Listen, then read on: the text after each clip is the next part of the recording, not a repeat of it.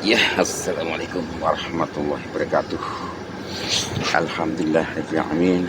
Di pagi hari ini kita dalam berjalan bulan, kita sedang menaiki mobil namanya Agramas. Ya, itu ya. Mobil tadi salah satunya ada yang bertuliskan semacam buah apa namanya ya, buah jambu monyet ya, tapi bertuliskan kaligrafi. Sebutannya menunjukkan pemiliknya seorang muslim. Masya Allah. Suatu simbol, walaupun kita tidak mengetahui cerita asli, namun dengan simbol-simbol itu merupakan apa yang ada di dalamnya. Seperti juga di negeri Cina, orang sering menyebut adanya mitos seperti misalnya batu giok, kemudian feng shui, kemudian ada namanya apa itu kalau di ya feng shui, kemudian ada tempat-tempat macam-macam dan ramuan-ramuan yang berkhasiat ya, dan sebagainya.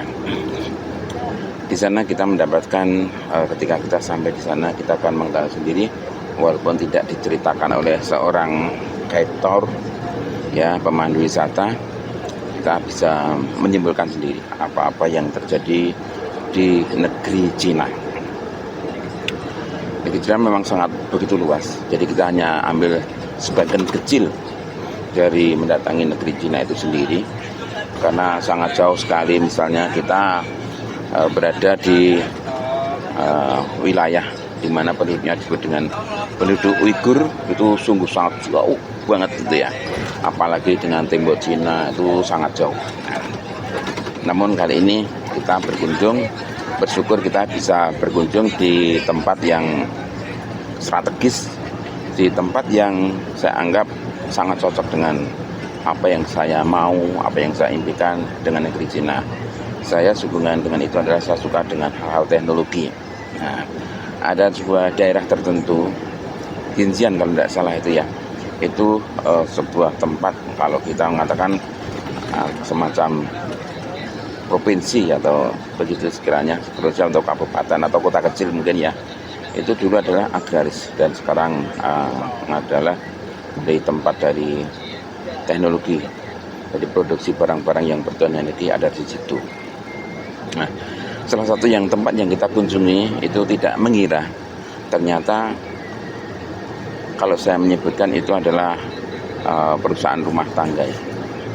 Rumah tangga, namun sepertinya dari pembicaraan dari orang sana yang menjual dagangannya itu adalah atas nama negara gitu. Dan kita ketika datang itu kita tidak, saya tanyakan juga kenapa tidak ada papan nama ya. Dengan tidak adanya papan nama ini menunjukkan itu adalah, menurut saya itu home industry rumah tangga, kan tidak papan nama. Jadi di negeri Cina itu sepertinya rumah penduduk itu tidak ada ya, adanya seperti rusun gitu ya, adanya seperti rusun. Jadi bangunan itu sepertinya ada. Jadi kalau saya kelompokkan tuh bangunan yang setinggi itu, seperti hotel itu, seperti kantor itu, sebenarnya adalah nomor satu itu adalah rumah penduduk berupa rusun. Jadi setiap rusun kemudian ada taman, ada rusun, ada kantor atau hotel ya gitu. Setiap rumah penduduk yang di bawah yang dekat pinggir jalan itu dibuat ruko yang untuk jualan. Yang paling tidak begitu besar ya, untuk ruko-ruko dari penduduk itu tidak begitu, paling sekitar 3 di muka itu paling 3 meter itu sudah jadi tempat untuk berjualan.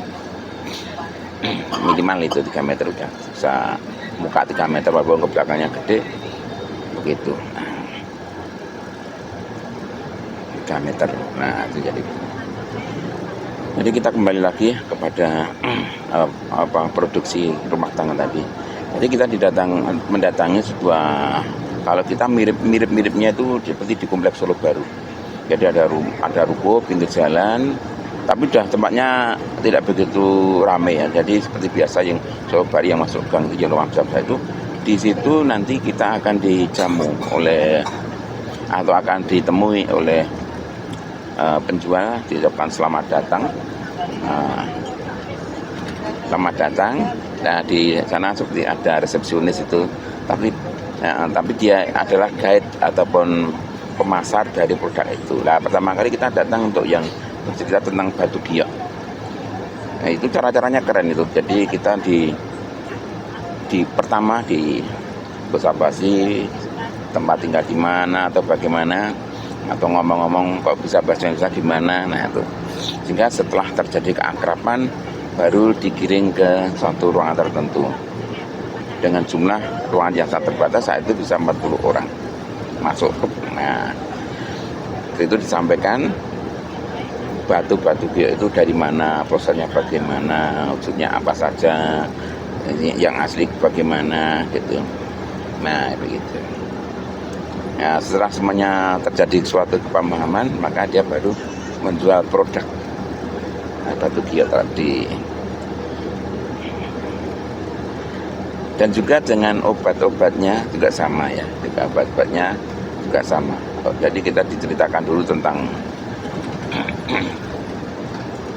keturunan-keturunan raja seperti itu ya. Kenapa sehat, kenapa itu. Ceritakan dengan obat-obat itu juga susah terjadi kepahaman, maka terjadilah transaksi. Jadi kalau ketika menjual obat itu tidak sama, harga yang mahal dulu nggak bisa harga mahal, kemudian harga yang di bawahnya, gitu. Kemudian yang merasa sakit apa itu digiring, misalnya 4 orang digiring ke ruangan tertutup bercerita. Nanti di sana terjadi diceritakan lagi, diprospek lagi sehingga terjadi transaksi. Demikian juga dengan lain-lain, dengan menyebut profesor gitu ya. Nah, sehingga mereka bisa keluar sejumlah uang sekitar 2 jutaan untuk beli obat yang mahal itu. Nah, bagi yang teman-teman yang lain tidak terkena, di sini menyebutnya teman-teman di sini ya, di mobil ini menyebutnya hipnotis gitu. Tapi saya rasa enggak juga lah, itu kalau saya merasa itu prospek bagaimana mengendalikan psikologi seseorang itu sehingga tergiring untuk membeli obat itu. Jadi psikologisnya itu. Dan bagi yang tidak beli ataupun yang tidak merasa sakit akan digiring lagi ke belakang untuk bisa beli cindera mata yang harganya jauh lebih murah dari itu. Di sana harga pokok, kemudian terjadi penawaran, kemudian malah kalau nggak ada yang beli juga itu akan ada bonus-bonusnya gitu. Kalau terjadi bonus, jadi itu ada step-step penjualan itu, keren itu, keren. Nah, saya sendiri di rumah juga sudah melakukan itu, prospek, tapi namanya saya masih senang edukasi, memperkenalkan barang dengan alat. Jadi apa yang saya lakukan di rumah juga sama. Jadi orang-orang yang saya kasih tahu informasi itu, besok suatu saat sepertinya beli gitu, kalau nggak beli jangka pendek, pasti jangka lama. Kenapa? Memang kemampuan dari segi ekonomi atau pekerjaan itu beda-beda ya. Ada yang mungkin pekerjaannya itu dapat uangnya gede, dapat uangnya kecil. Misalnya seorang yang pekerjaannya dapat uangnya kecil, mereka harus menabung beberapa waktu. Setelah terjadi itu baru beli. Gitu. Nah, kasusnya juga sama, tawar menawar juga sama. Maka kalau kita beli dengan price list yang mepet juga sama ya, juga sama dengan itu. Mepet tentunya untungnya sedikit itu. Tapi kalau agak tinggi dan bagi mereka yang sudah punya uang, berarti akan membeli seperti itu. Jadi sudahlah, alhamdulillah. Jadi alhamdulillah itu bukti bahwa Allah itu akan memberikan ilmu kepada seorang sesuai dengan kehendaknya. Walaupun kita belum ketemuan, ternyata ilmu ini sudah kita laksanakan. Walaupun nanti kita akan melakukan penyempurnaan dari ilmu itu sendiri. Nah, itu untuk yang jualan obat-obatan itu ya. Ini untuk yang jual spray ya, temanya cuma spray, jual spray loh. Jual spray saja bisa sampai 4 jutaan. hebat. Hanya sebarang sesepele itu bisa menjual dengan sebesar itu. Dan cara-caranya sangat betul-betul alot sekali, sangat alot. Intinya itu kalau masuk, jadi seperti jala ikan itu, ikan yang masuk itu harus kena gitu, nggak boleh lepas gitu. Keren itu, keren. Ini perlu dilaksanakan. Jadi Jadi kita tidak mubazir dengan kita memberikan edukasi, kita memberikan pemahaman tentang cara-cara penggunaan misalnya. Itu juga sama untuk yang jualan sutra ya. Jadi intinya sutra. Di sana diperkenalkan dulu bagaimana sutra itu terjadi, bagaimana sutra itu dikelola atau dijadikan sebuah bahan. Nah, ya itu prosesnya bagaimana. Macam sutra itu kalau kemarin saya tahu tuh ada dua, sutra yang putih sama sutra yang kuning. Kenapa terjadi itu warnanya alam gitu. Jadi setiap 1000 atau berapa ribu itu hanya mendapatkan satu untuk penghasil sutra kuning dari sekian kepompong ulat sutra itu. Nah, maka harganya lebih mahal. Nah itu ya. Nah, ini yang menarik itu dulu gini ya. Jadi biro. Jadi kita dari Indonesia itu masuk ke sini cuma masuk ke satu tempat itu loh, kok bisa ya? Walaupun itu butuh waktu 1 hari. Termasuk pemandunya nampaknya juga sudah disetting gitu ya, disetting dari bis dulu juga sudah diperkenalkan walaupun dari awalnya itu nol, tapi disetting sehingga tahu dan paham. Jadi penggiringan itu ketika kita sudah masuk di dalam bis itu sudah digiring, diberi mindset tentang suatu produk itu. Nah itu benar terjadi transaksi seperti itu. Nah itulah jadi ilmu yang kita dapat untuk pemasaran seperti itu. Jadi jangan sampai tidak beli, maka harus beli. Maka ketika ibunya itu menjual tidak bisa closing dengan harga yang ditentukan, mereka akan memberikan bonus jret. Jadi jret gitu. Setelah itu ya terjadi closing. Kalau tidak terjadi, bonus lagi digabung-gabung. Tapi intinya satu, nilai nominal keuangannya nggak boleh turun. Intinya di situ. Itu yang menarik. Jadi barang bisa keluar banyak, tapi jumlah angkanya nggak boleh turun. Kalau saya menyimpulkan seperti itu. Nah gitu ya, itu keren itu. Jadi sangat istimewa. Uletnya itu sampai dia juga ketika saya di luar itu sampai pusing karena ini kita nggak pada tertarik semua, sampai di luar itu bilang tidak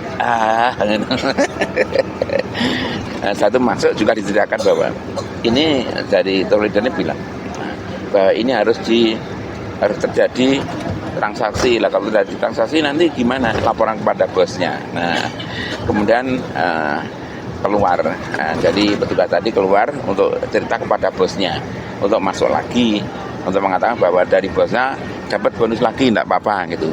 Tapi hal ini saya dapatkan ilmu dari lain tempat, memang caranya begitu. Jadi kalau kita memasarkan produk itu ya, kalau nawarnya terlalu bangetan itu ya kita bilang, ya cobalah nanti kita usahakan dulu untuk kita sampaikan ke bos. Padahal nggak ada bosnya. Padahal nggak ketemu bosnya. Memang teorinya begitu, nggak ketemu bosnya. Nah, hanya nanti bilang, oh iya pak, kemarin kita sudah ketemu bosnya dan harga itu disetujui pak. Nah itulah, maka langsung diberikan. Jadi barang itu tidak langsung diberikan semerta-merta, tapi tidak, tapi itu dikatakan begitu. Jadi trik-triknya itu kita sudah, jadi dari teori yang saya dapatkan dari ilmu luar dan ini dipraktekkan di ini adalah pelajaran penting bagi saya.